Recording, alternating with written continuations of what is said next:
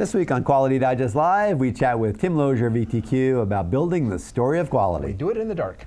Plus, is there a shortcut to experience? Well, we'll find out when we come back.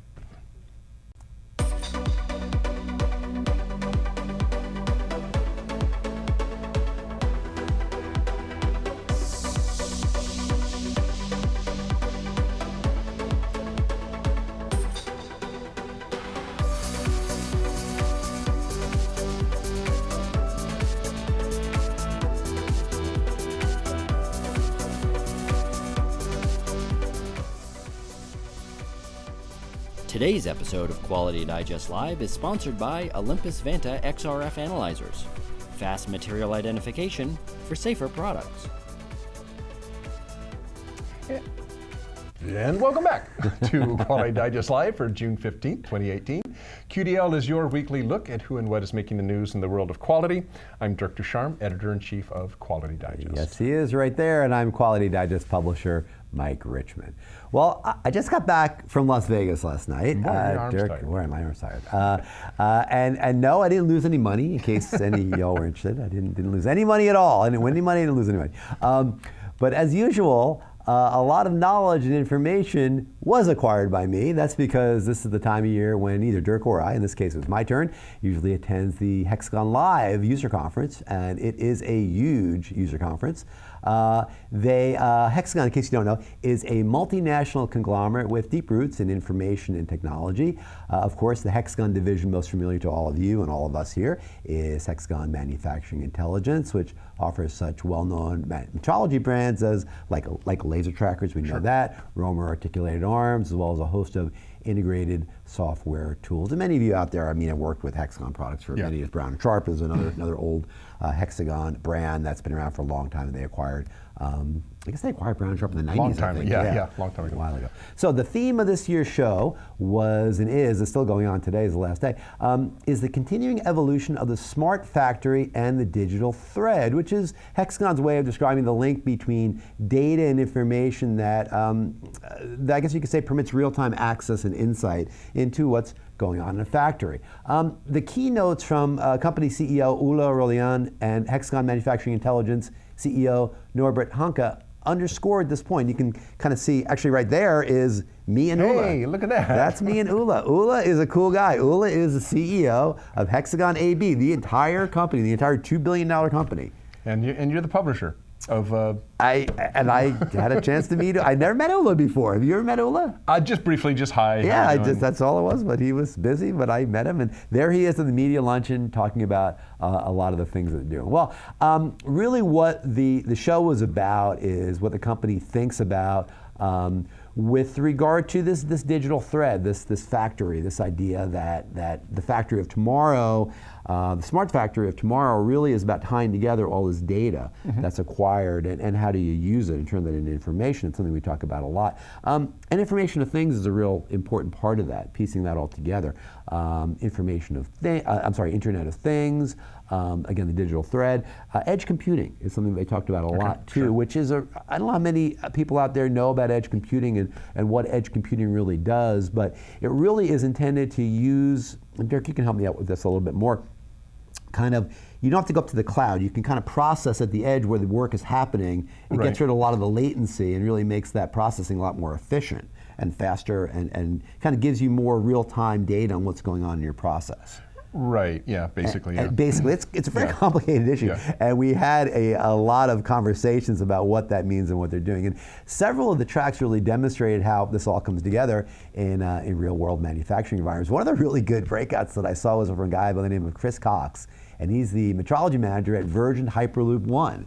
The Hyperloop. The Hyperloop. They're out in the desert right there in Vegas, and they showed a really interesting presentation about how they used Leica laser trackers and total stations to build and test the world's first Hyperloop test bed. So they're actually pretty far along? They're very far along. Okay. They have a 300 meter, of course it's just 300 meters right now, test bed and they're able to get, I think I said, 120 mile an hour pod through there to test it. For those who aren't familiar with the Hyperloop, that's it's magnetic levitation, maglev. And it's not Elon Musk. No, it's Branson. It's Branson, Richard Branson, the other guy. Virgin, yeah. The other billionaire. That's right, who's doing amazing stuff. And for a very high speed terrestrial rail, transportation. maglev, essentially, and they're talking about potentially 700 miles per hour. They talked about in that presentation. It runs in a vacuum. Yeah, it runs in a vacuum. It's magnetic levitation. Yeah. But the idea that you could basically live in Boston and work in New York, commute to New York, it's just like a 20-minute commute. Yeah. It's 700 miles an hour. I mean, it's really an incredible thing.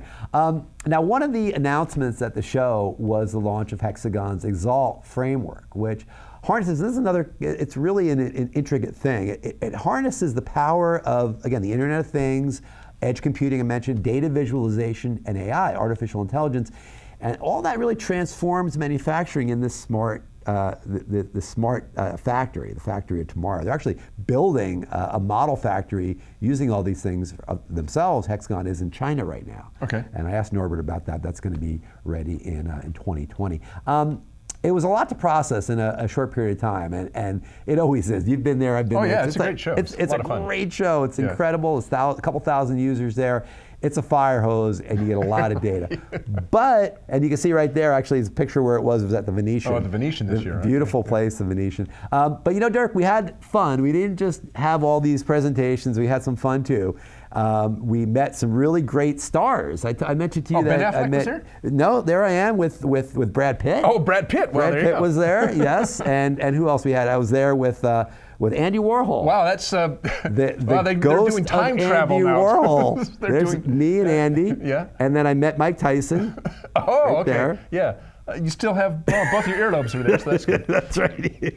I didn't get anywhere near his mouth. Yeah, exactly. So his fist was bad enough. So as you can see, we went to Madame Tussauds Wax Museum, which is right down the street from where we were at the Venetian. It was a fun show. We had a good, like I say, it was a fun time. Really great people at that show. I'm not trying to be a shell for Hexagon here.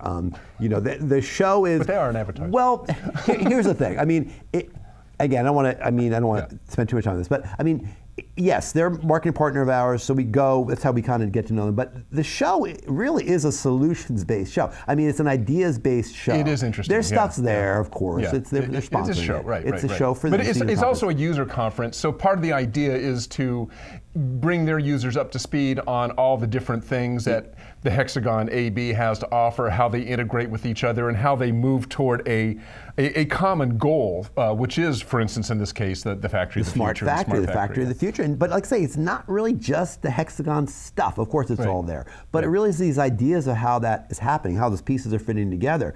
The ideas there are great. I mean, really, it was an interesting show. So I'm going to be actually doing a full field report on this on the show, coming out soon, probably before the end of the month. So look out for that. Really good experience. I enjoyed it, and like I said, I'll be bringing you more on that here later in the month. And you know, I would say user conferences in general. I mean, we also go to periodically Capture 3D. Has a great user conference, much smaller. CMSC really is a user conference. I mean, CMSC is a user conference. It's for an organization as opposed to an individual. I think if you can go to one, usually you can.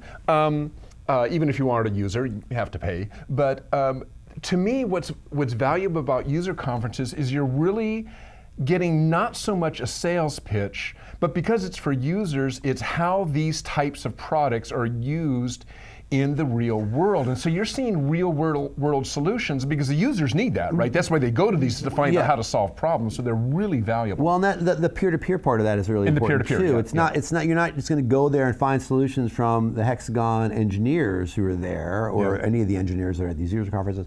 The users themselves are going to give you ideas. They're going to say, hey, you know, I'm doing this in my plant, this is working or not, and you're going to find stuff out that way too. So I would say, just as a suggestion, next time you're researching a particular type of equipment or that sort of thing, look to see if your vendors you're interested in, it could be Hexagon, it could be Faro, it could be Metrics or whoever, Capture 3D, and see if they have user conferences and see if you can attend, because there's a lot more value in that than maybe going to a trade show and seeing the same equipment, because those guys are basically at that point, they're in sell mode, and plus they're swamped with everybody under the sun. User conferences are really valuable, and they're actually usually a lot of fun too. They are. Like I say, it was a really good time. All right. Well, it's interesting. We were talking about the automated factory, and we're talking about in terms of equipment.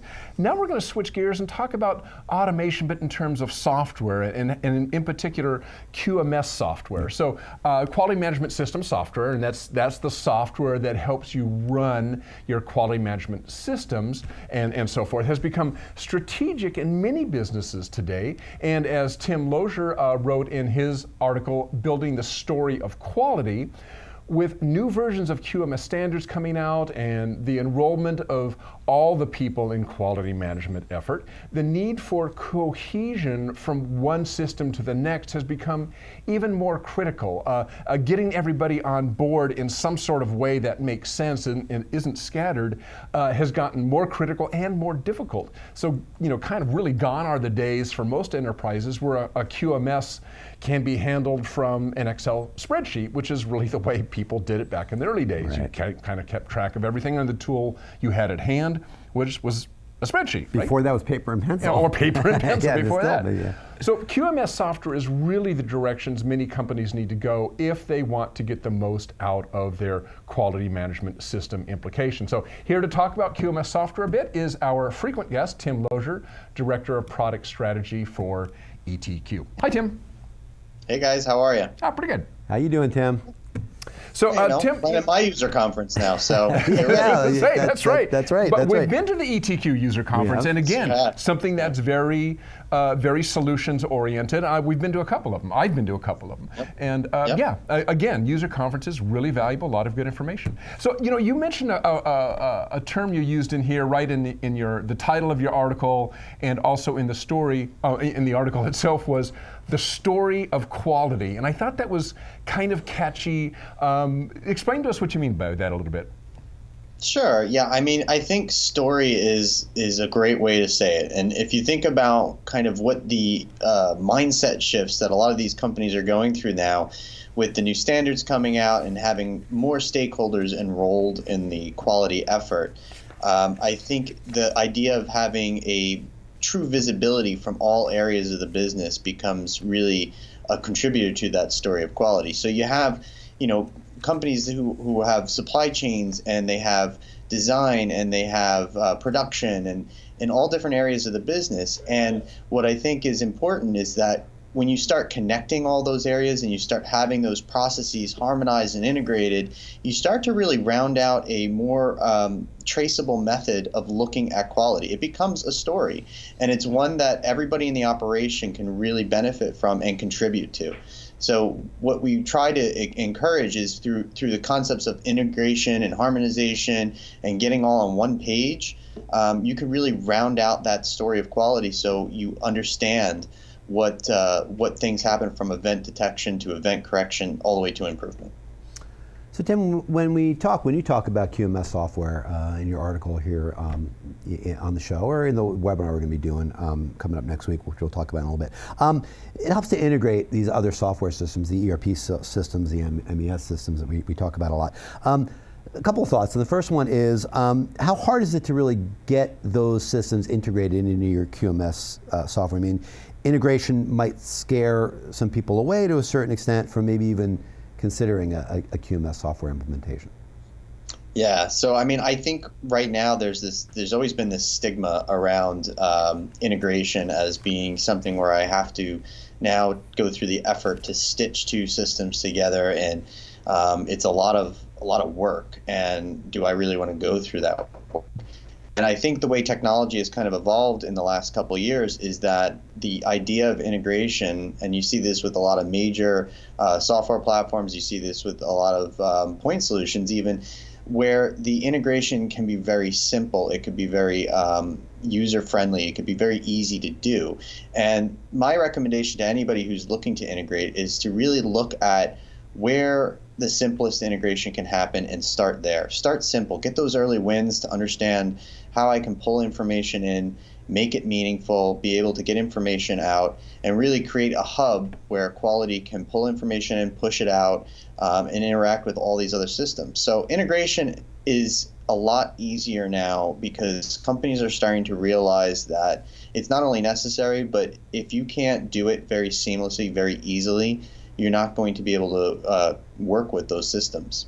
So you're saying basically get your QMS software system installed and then maybe slowly roll out the connections between your QMS software and your ERP or your QMS and your MES and CRMs and so forth. Just kind of take them kind of a bite at a time rather than trying to do the whole integration all at once.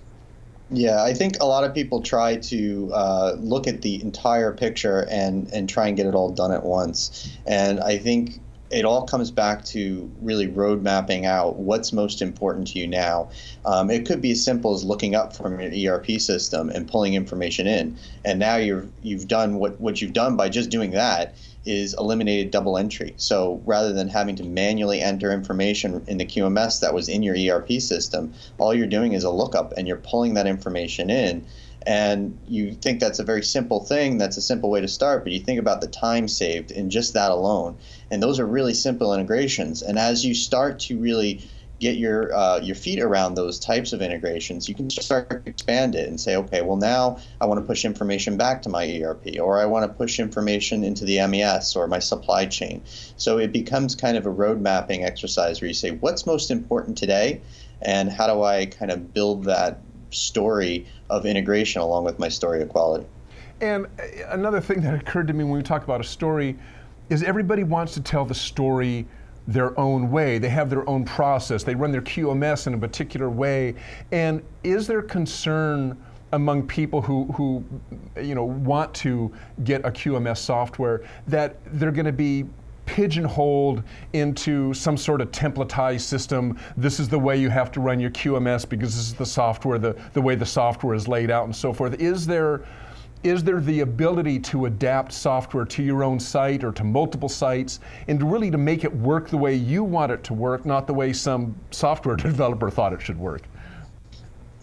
Yeah, and I think that's become a big shift in technology in general, is that, there is no such thing as a one-size-fits-all solution anymore. I think, companies are building out technology that allows for a level of flexibility or configurability. And one of the things that we talk about in terms of the story of quality is the idea of harmonization. And when people think of harmonization, they often confuse it with standardization, which is that rigid one-size-fits-all, you can't do anything. What harmonization seeks to really do is to say, okay, we have a corporate framework, a corporate process that we want to map to, and we're going to have the software map to that corporate main process. But that doesn't mean that site level or location level or product line level can't adapt their own variations of it. So harmonization keeps the main corporate compliance piece intact, but allows for the flexibility and the variability from site to site, from product line to product line, to be able to change their software process and change the process to meet exactly what they need. And that's really where the power of automation comes in, is you want to automate what you do already well. And you don't want to necessarily have to change your entire operation just because a software system can't help you with that. And I think the idea of harmonization, which keeps everything common in one place, is great, but it also needs to have a level of variability so that companies who have very unique processes that deviate from that corporate framework can actually make it work for them. So Tim, you write that that leaders may not necessarily speak the language of quality, but they certainly speak and understand the language of risk. So how do you kind of use that as leverage to get them to think a little more deeply about their QMS? Well, when you start thinking about the story of quality, which is something I'm very near and dear to me, I think it's a great term to really explain how an enterprise really looks at it. And when you start looking at the mindset, you want a lot of people to contribute to quality. You want quality to be everybody's best interests, and everybody wants to be a part of that. And so when you start to use nomenclature like quality-related nomenclature, nonconformities or deviations or kappa, any of those things, it can tend to get lost in translation.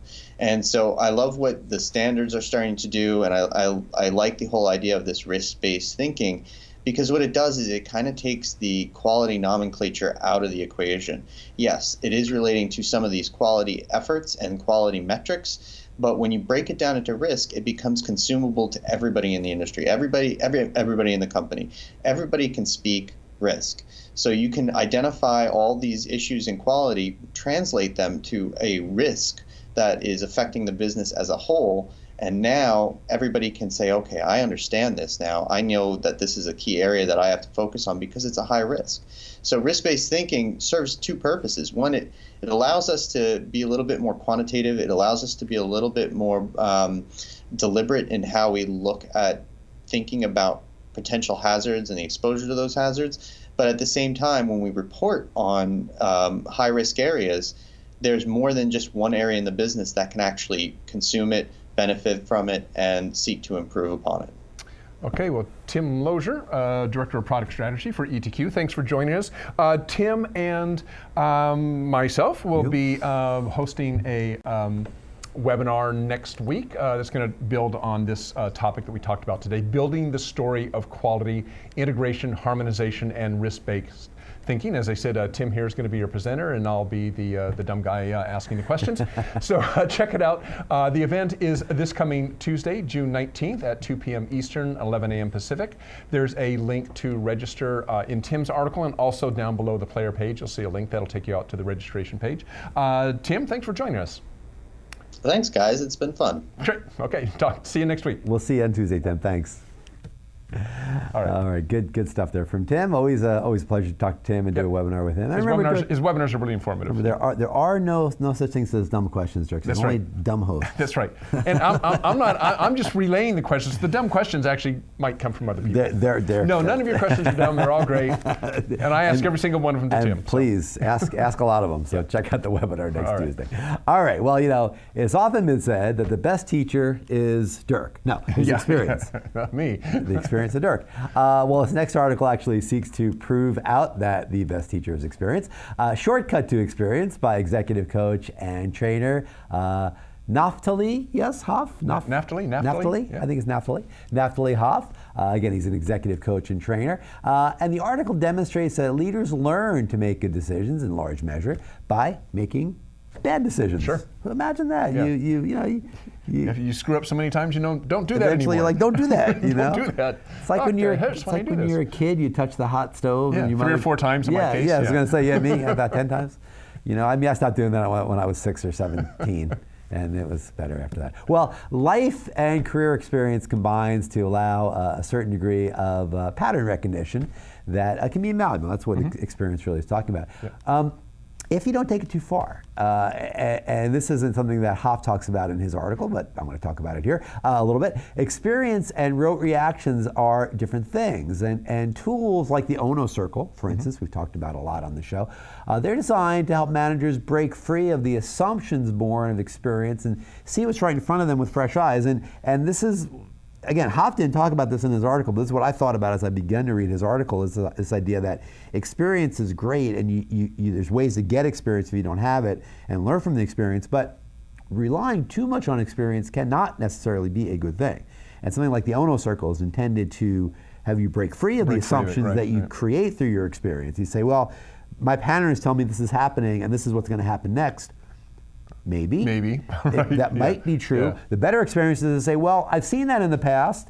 What may happen next is this, but let me not assume it. Let me kind of wait a little bit and see. If I start seeing it go that way, I can maybe deal with it. So that's a little sidelight here that I thought was interesting. Well, Hoff's piece actually does offer some really compelling reasons to embrace experience.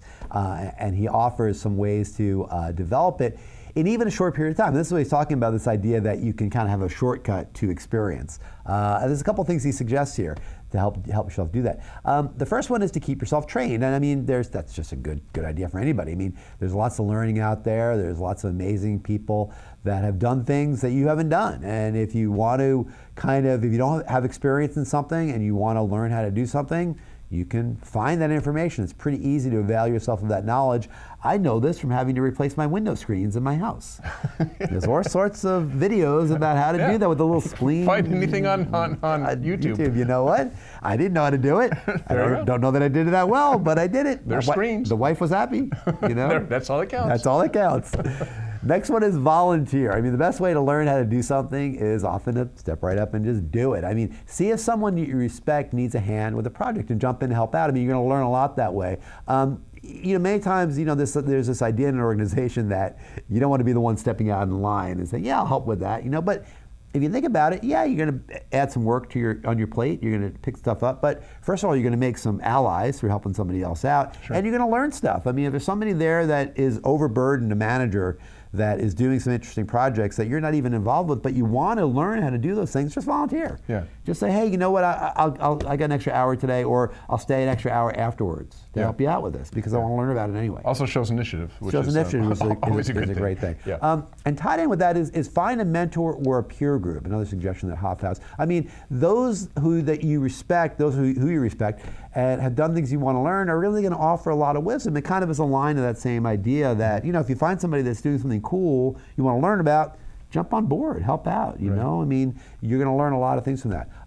Follow leadership experts. I mean, it's similar again. I mean, why not find information from those who are leaders in their field? I mean, those people that, even if you don't know them, follow them on LinkedIn. See what they're doing. You read their books. I mean, you're going to learn a lot in that way.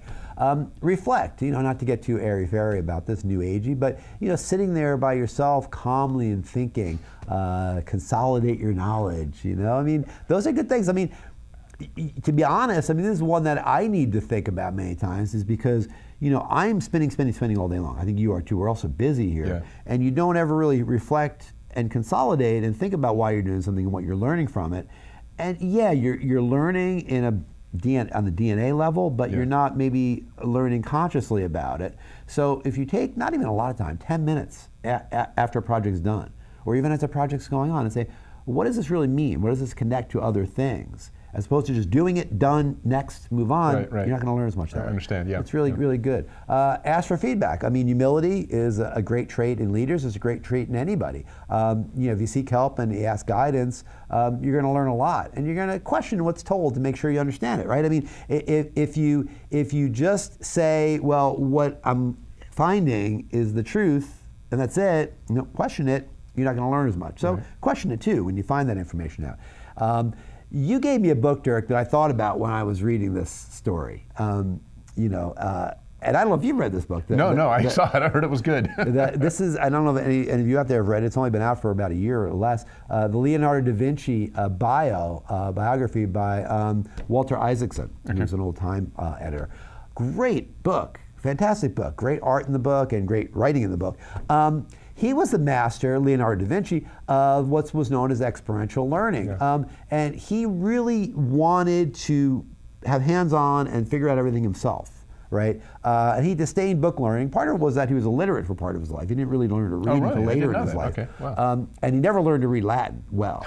He learned the vernacular, Italian, at his time. But it was a problem for him early on with book learning. And there wasn't a lot of books anyway in 1500 or 1485. There really weren't a lot of books being printed. So as he grew older, though, he began to appreciate the wisdom of leaning on the experiences of others. So it was like, at first he was like, well, what other people did doesn't matter. What people in the Greek era or the Roman era did, Euclid, Ovid, none of that stuff mattered. But later he realized it did matter. So at the end of his life, he understood there was a blended approach to real learning, that the experience of having done it yourself, learning from what other people did as well, was a really interesting way of blending that and coming to a conclusion about what it means. And I'd say there's always a flip side to this too, is as well as the importance of doing that for yourself in order to gain more experience, and in all these different ways that you mentioned, it's important for the environment that you work in that your managers and upper level people recognize the importance of what you're trying to do and encourage it, so that if you say, hey, I'd like to volunteer to do something, they don't clamp down and say, well, that's not your job. Right. It's like, oh, okay, well, you want to learn something? Well, as long as it doesn't interfere with your current, your current projects and so forth, sure. And same thing with mentoring is, mentoring takes time, and it takes longer to mentor somebody than it does just to say, do this and don't ask questions, right? Right. Well, and the fact of the matter is, you might be stuck in an organization that doesn't value those. Exactly. And you may not have the choice. They may say, no. We're paying you to do this for 40 hours a week, and if you have extra time you want to devote, do more of that. Yeah. That's what we're paying you for. Don't go over there and get involved in that. Part of that silos too. Individual managers may not want to lose somebody to another manager who's doing something else that's related. So, well, I'll tell you another thing. I don't know if it's as easy to do now, and if you can do it in every job. But something I did when I was young. It had nothing to do with my current job, but it was something I was interested in. I wanted to learn more about audio recording because it's always been a hobby of mine, and audio, sound reinforcement, recording, that sort of stuff. So I just went to a local recording studio. Yeah. And I just said, I want to learn more about this. Do you got any? I'll do any kind of grunt jobs you want me to do around here. If you allow me to kind of sit in the studio, watch what you're doing, ask. And so they gave me these piddly jobs, splicing, cassette tapes and all sorts of stuff. But it was kind of like, sure, free labor, somebody who's interested in what we're doing. And there are possibilities for doing that within certain fields. It's probably tighter now because, especially in California, labor laws, all that kind of stuff. But it never hurts to go somewhere else outside your company that might be willing to bring you in as kind of an unpaid kind of apprentice, just to ask questions and look over their shoulder. Or just in the service industries. I mean, there's plenty of nonprofits. If there's things nonprofits, you want to learn about yeah. grant writing, or you want to learn about how some political structures work, whatever it may be. Yep. There's plenty of opportunities in nonprofits too to work on that. Habitat for Humanity. I mean, there's a lot of skills you can learn out there helping knock together some homes. That's right. So That's it's right. interesting stuff. All right, I think we're going to go through go away from our off script here because we're running late on the show today. Right. So we'll say, I know you have a great off script for me. I did. It was awesome. We'll save it awesome. for next week. You can feed it to me then. All right. But that is our show for this week. Best off script you've ever seen. Hold on, because you're going to see it next week. Don't give too much of it away, Derek. I know you're gonna shape it between now and then. So it's going to get even better. All right. So we're going to thank our sponsor before we go. Olympus's Vanta XRF analyzers provide fast, accurate elemental analysis when screening for lead, arsenic, mercury, and other toxic metals in consumer products like toys, apparel, and electronics, all to help support compliance with RoHS requirements. Other Olympus technologies include ultrasonic flow detectors, and thickness gauges, videoscopes, boroscopes, industrial microscopes, advanced non-destructive testing systems, and a large selection of industrial scanners, probes, software programs, and instrument accessories. Yes, a lot of that stuff. For more information, visit online at olympus-ims.com or click on the banner ad just below or just to the right of this video player screen. And that is it for today's show. Thank you for joining us, and we hope you have a nice, great weekend. I've got some great plans. It's Father's Day. You do. That's right. It is Father's Day. And don't forget, before we go, Tim Lozier was on the show earlier today. We have a webinar with Tim coming up. Don't forget that. So we don't want to forget that. We got that coming up next week. Building the Story of Quality, Integration, Harmonization, and Risk-Based Thinking. Tim is going to present. Dirk's going to host. And the event is on Tuesday, June 19th at 2 p.m. Eastern, 11 a.m. Pacific. There's a link to register in the article and in the landing page itself. Right. And you're going to get an email on Monday too. So check that out if you haven't registered. A lot of you have already, but check that one out. And have a great Father's Day, all you fathers out there. Enjoy. We'll see you next week. So long. Bye.